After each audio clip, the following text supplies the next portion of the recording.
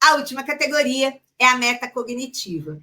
Tem também no canal uma live muito legal que eu fiz ano passado, ou até em 2023, não me lembro bem, que mostra que a inteligência artificial ela não dá conta de resolver sozinha atividades que você dá metacognitivas.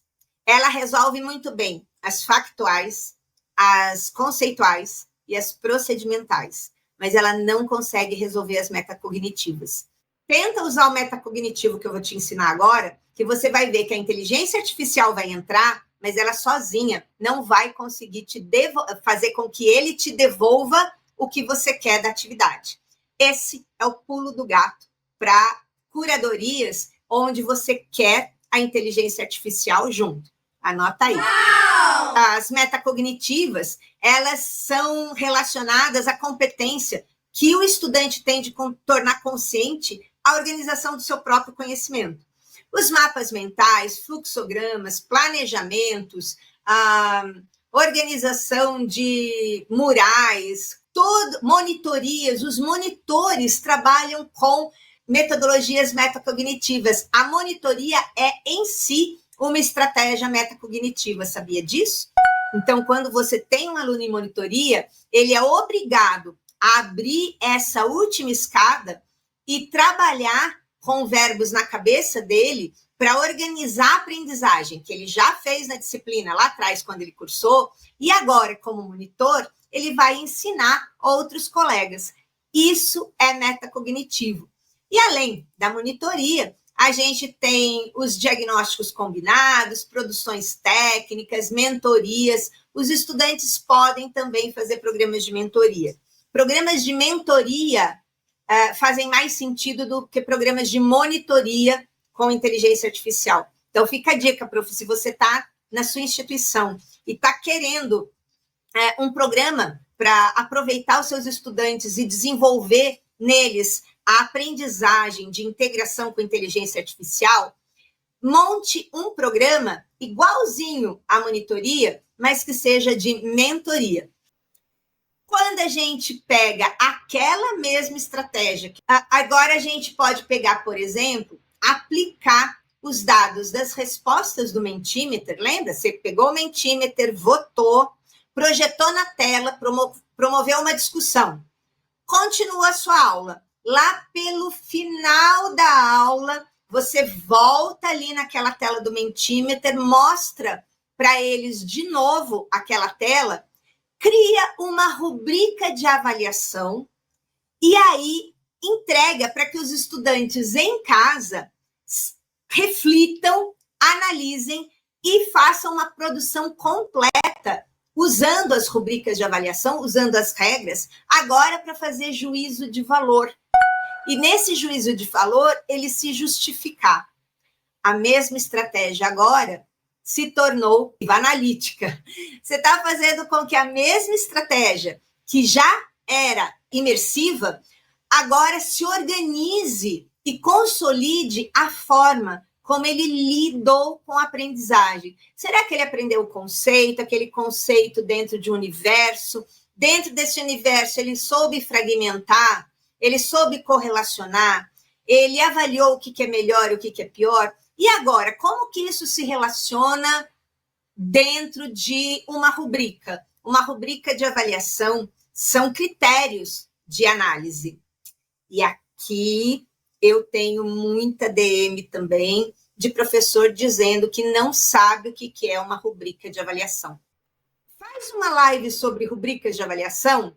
A gente vai fazer uma live, vamos convidar uma pessoa que é muito fera em rubricas de avaliação e contar para você a importância de você ensinar os estudantes quais são os critérios de avaliar um bom desempenho, um bom trabalho. Não é entregar, não é o número de páginas, a consistência. Um exemplo de rubrica de avaliação que eu sempre fazia quando eu dava aula na graduação, eu entregava para eles essa atividade vale 3 pontos. X pontos é pela formatação, Y pontos é se tem ilustrações, Z pontos é pelas referências bibliográficas atualizadas e corretamente formatadas lá, porque aí eles têm que aprender a formatar a BNT, Vancouver, sei lá, qualquer coisa que você use. E eu sempre dizia o seguinte, se você me surpreender com um trabalho acima da minha expectativa, a rubrica de avaliação te diz quanto eu vou te dar até quanto eu vou te dar em cada item. Mas você pode me surpreender. E isso vale X pontos a mais. Geralmente 0,2, 0,3, é coisinha pouca. Mas o desafio da surpresa pega muito estudante. Então, nas metacognitivas, é muito legal, nas metodologias metacognitivas, a gente traz as estratégias analíticas e cria rubricas e entrega para eles. Sabe o que a gente está hackeando neles? O comportamento da mediocridade. Se eu só dou o trabalho, entregue, ele vai lá, faz qualquer coisa e entrega. Agora, se eu digo quanto vale cada coisa que eu quero encontrar dentro dessa atividade, que pode ser um trabalho, pode ser um relatório, pode ser um vídeo, pode ser um post, pode ser um texto, pode ser um blog, pode ser um monte de coisa hoje em dia. Oh, yeah. E se eu falo para ele assim, se você me surpreender, você ganha um bônus. Uau! Acreditem, em todas as vezes que eu fiz isso, todo mundo da turma se esforçou bastante. E eu posso dizer que numa curva de Gauss, a gente tinha aqueles 5, 7% talvez da turma que realmente se dedicava porque queria, não porque precisava da nota do bônus, mas porque queria o prazer do bônus. Olha o hackeamento de comportamento. Olha o hackeamento de expectativas. A gente vai subindo com eles o comportamento e o que eles aceitam de si próprios, a gente vai melhorando a autoestima deles frente ao processo de aprendizagem. E quando eles veem um colega que ganhou o bônus e eles não ganharam o bônus, eles vão lá conversar com o colega ou eles vão vir te perguntar por que ele ganhou o bônus e eu não ganhei o bônus? E você vai explicar. Olha como ele me surpreendeu, eu nem pedi tal coisa e olha como está aqui. E isso varia de tema para tema, de unidade curricular para unidade curricular. Então, você vai ter que também ser criativo para decidir e definir o que te surpreende. Outra dica, olha só uma live de masterclass toda cheia de super dicas para você. Depois não vem de mimimi para mim. Ah, mas sempre vai ter alguém que vai falar assim, credo, Denise, mas isso vai dar um trabalhão. Oh, não! Muitas vezes a resistência da mudança, de sair daquele comportamento, de abrir os slides e montar o conteúdo e seguir aquele caminho mental velho que não serve mais, é só a preguiça de sair da zona de conforto Não se renda à zona de conforto. E sabe por que você não precisa se render à zona de conforto? Porque a gente tem um GPT personalizado que faz isso tudo para você. Sim, eu te expliquei todo o caminho para dizer o seguinte, para eu usar uma inteligência artificial que tem toda essa automação pronta, eu preciso saber como eu vou supervisionar o resultado que ela me dá. Porque nem sempre ela me dá o resultado que eu esperava. Às vezes, ela me dá um resultado que eu nem imaginava. E que pode ser bom, ou você pode olhar e falar, não, não é bem isso que eu quero. Mas você tem que ter, pelo menos, repertório, tá? Você tem que ter repertório para olhar e entrar em diálogo com a inteligência artificial, falar, não gostei, quero algo assim, assim, assim, assim, assim. E ela vai voltar. Esse é o nosso Ikigai Edu. O Ikigai Edu, ele é uma automação do ChatGPT, é um GPT personalizado, e eu vou mostrar para vocês agora o que faz o Ikigai. O Ikigai é um GPT personalizado que pega toda essa pirâmide aqui e rastreia as sobreposições das categorias de conhecimento versus o processo cognitivo, exatamente o que eu expliquei até agora. Mas ele chama Ikigai porque, em vez de usar a pirâmide, eu uso uma mandala, porque visualmente fica mais fácil para o professor. E essa mandala propõe, então, os melhores verbos e correlações com metodologias para gerar as suas ideias de estratégias de aprendizagem. Então, ele se chama Ikigai Edu, porque eu transformei aquela pirâmide numa mandala. Essa mandala traz todas as mesmas informações da pirâmide, só que agora você vê as interfaces e você entende melhor aonde o factual, o conceitual, o procedimental se interrelacionam. E nessa área, deixa eu mostrar melhor aqui, ó. E nessa área de interrelação, você vai ver 4 verbos que você pode usar. Se você quiser mais baixo, aplicar e avaliar, ou mais alto, analisar e inovar. No factual, o conjunto de verbos, são sempre 4 verbos. E no conceitual, note que o método cognitivo, ele pode girar em tudo. Ele é uma convergência de tudo ao mesmo tempo. Opa! Não vai conseguir usar o metacognitivo na primeira semana de aula, não faz nem sentido. Primeiro, você precisa ambientar a mente do estudante a progredir na complexidade. Lembra da pirâmide? Mas não se preocupa, o Ikigai faz isso para você.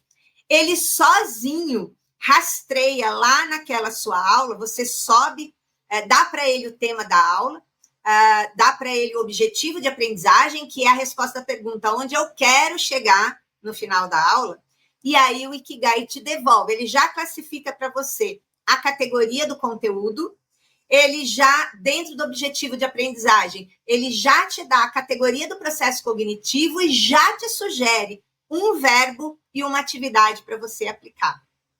Olha que mágico! Uau! Agora, todo mundo pode sair da zona de conforto, porque é muito simples. Mas você precisa conhecer o caminho, porque você precisa supervisionar esse caminho. Para fechar, eu quero dizer para você o seguinte: experiências motivam mais que conteúdos. Toda vez que você dá um desafio para o seu estudante, essa experiência motiva ele muito mais do que você falar 1 hora de conteúdo. Metas claras lá no começo da aula, dizendo onde a gente vai chegar no final da aula, ensinam mais do que todas as palavras que vocês falarem dentro. E o propósito dessa aprendizagem vai engajar muito mais do que a nota que ele é capaz de tirar prestando atenção na aula.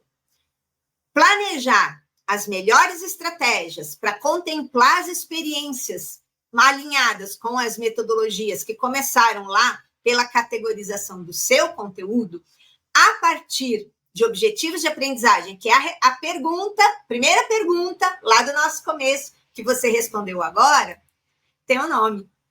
É chamado de planejamento reverso. Você já ouviu falar de planejamento reverso?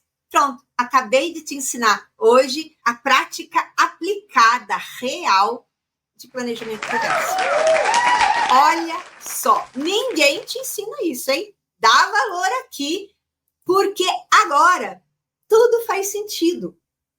Cara, tudo faz sentido.